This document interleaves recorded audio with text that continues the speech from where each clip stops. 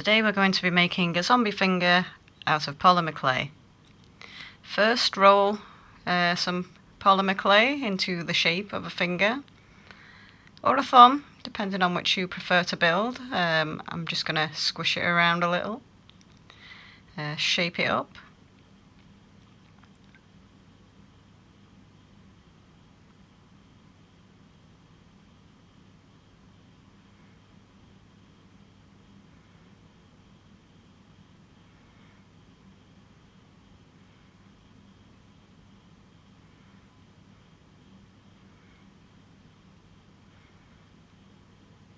And we're going to make half the finger at a time so that you've got a flat base to work from. So at this point we've got our finger shape base out. We're going to rough out a fingernail.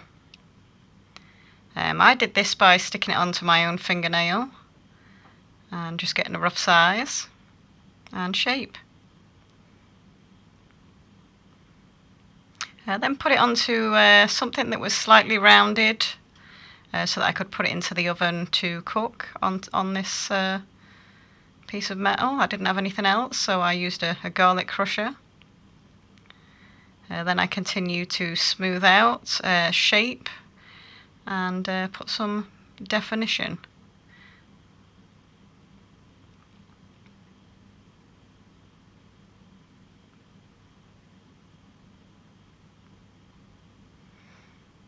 And put some ridges into the fingernail. And cut out a few little chips at the end to make it look a bit more nasty. When you've shaped and added in all your detail, cook in your oven for 10 minutes at the temperature that your polymer clay specifies. This will harden it up enough for you to be able to apply it to the fingernail once it's partly cooked.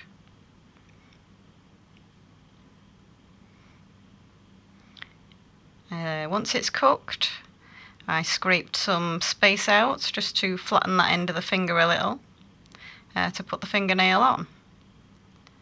Now, I actually made a mistake here. I didn't put any Bacon Bond or liquid Sculpey underneath the fingernail. Please make sure you do. I sort of went about it a different way by adding it after and smearing it everywhere. So press your fingernail in.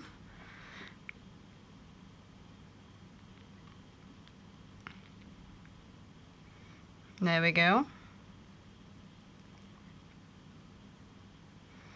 Now this is where I made a mistake, and I also put far too much liquid Sculpey on. It came out in a big glob.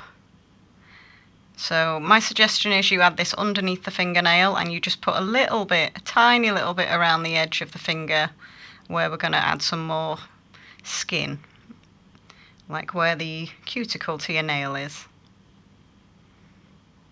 To do that, we're just going to roll out a little tiny thin snake of clay.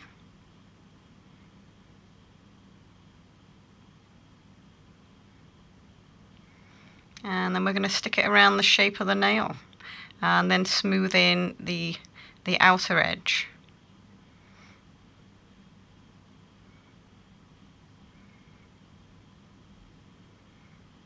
So I just take a few minutes smoothing and smushing.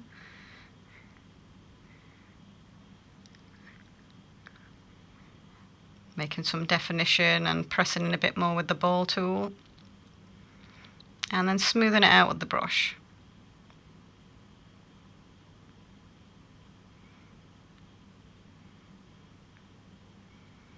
Just keep doing this until you're happy with the cuticle. And then I went on to making lines where the bend in the fingers happen, your knuckles, and dabbing it with a toothbrush to give it a skin-like appearance. I'm also going to be adding like a worm going through the finger. At the base of the finger, I'm just pressing it all in to make it appear like the skin is on the outer edge, and we're adding a little tiny bone in the middle and just blending all them in.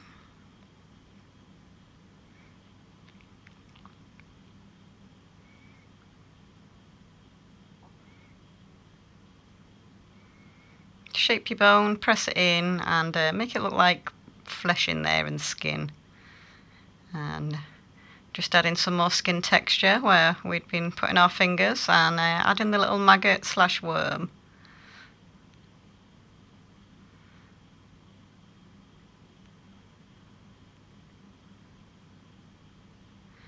This bit was a bit difficult to do. The clay was a little bit sticky. It kept sticking to my fingers. It was difficult to shape.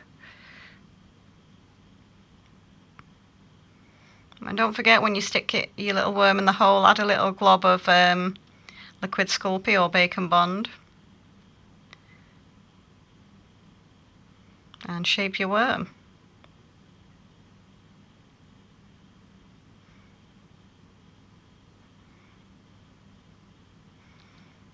I cooked this in the oven for about, I think it was 15 to 20 minutes.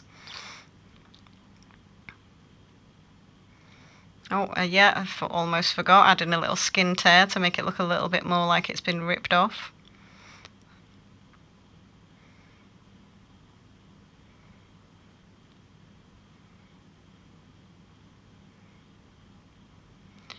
And then just add in a few final details to make it look a bit more gruesome there. And then bake it in the oven for 15 to 20 minutes, just until it's not soft anymore. Now you can start adding the bottom of the finger, so add some more liquid Sculpey or Bacon Bond. Spread it around and add the finger pads. Try to not add clay where the bends of the fingers are, and just smooth in.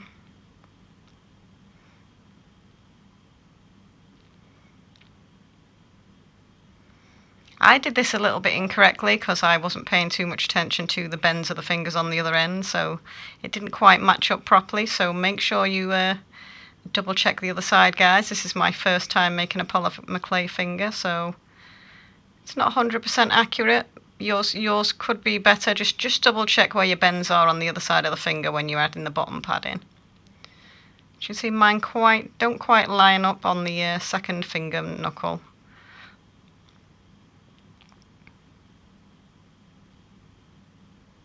And also, once you've smoothed it in, add some more detail at the bottom there to make it look even like the top.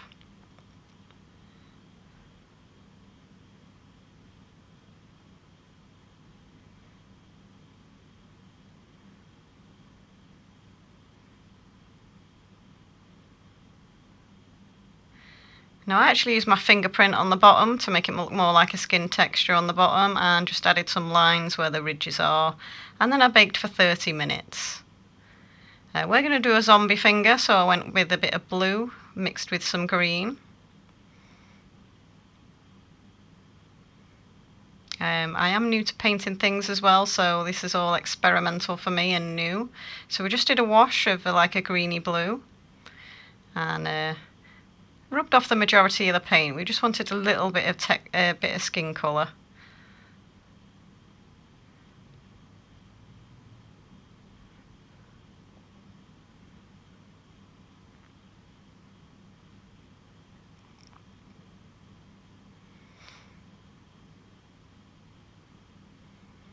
The green I used was a little bit too much turquoisey, so I suggest if you make one of these yourself, you go for a slightly darker, greener green. Mine was a little bit too blue.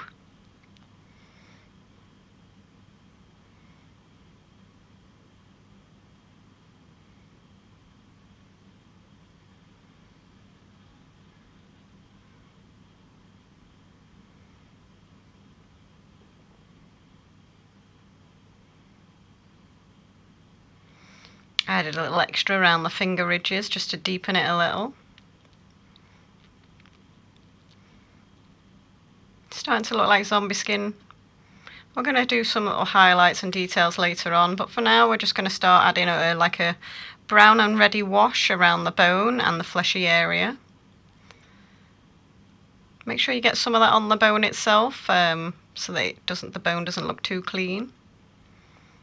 And around where the maggot slash worm is coming through the finger.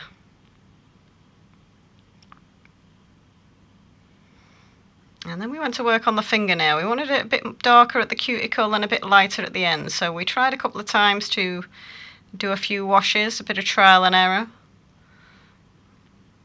And then we added a bit of darker detail in the ridges of the finger and the underside.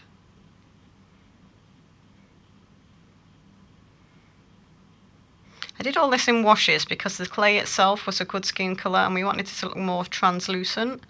We went in again with a more thick paint with a red/orange and a bit of brown around all the bloody sites.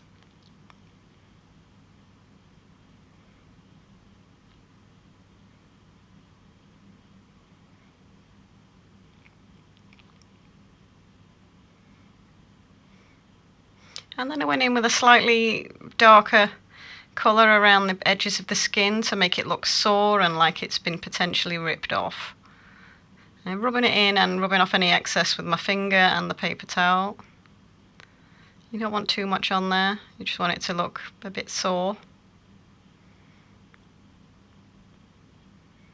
And a bit round the worm sites.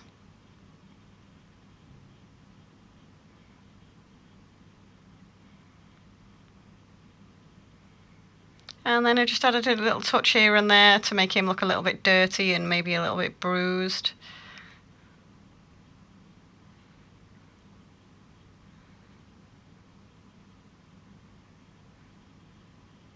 Starting to look good.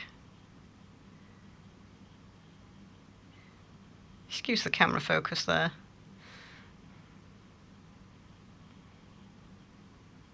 Ooh, horrible, messy, bloody stump.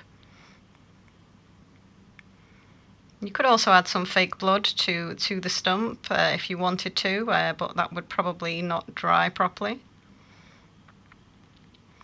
We added a bit more shadow and definition around the fingernail. And then we painted the maggot/worm.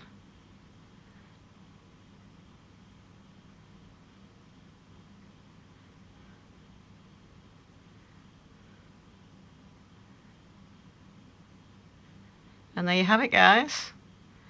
One zombie finger.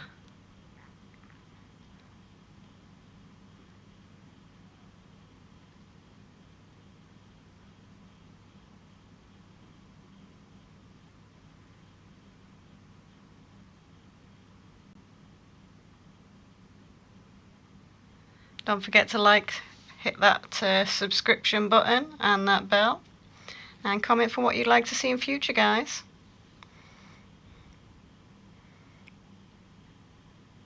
Bye for now.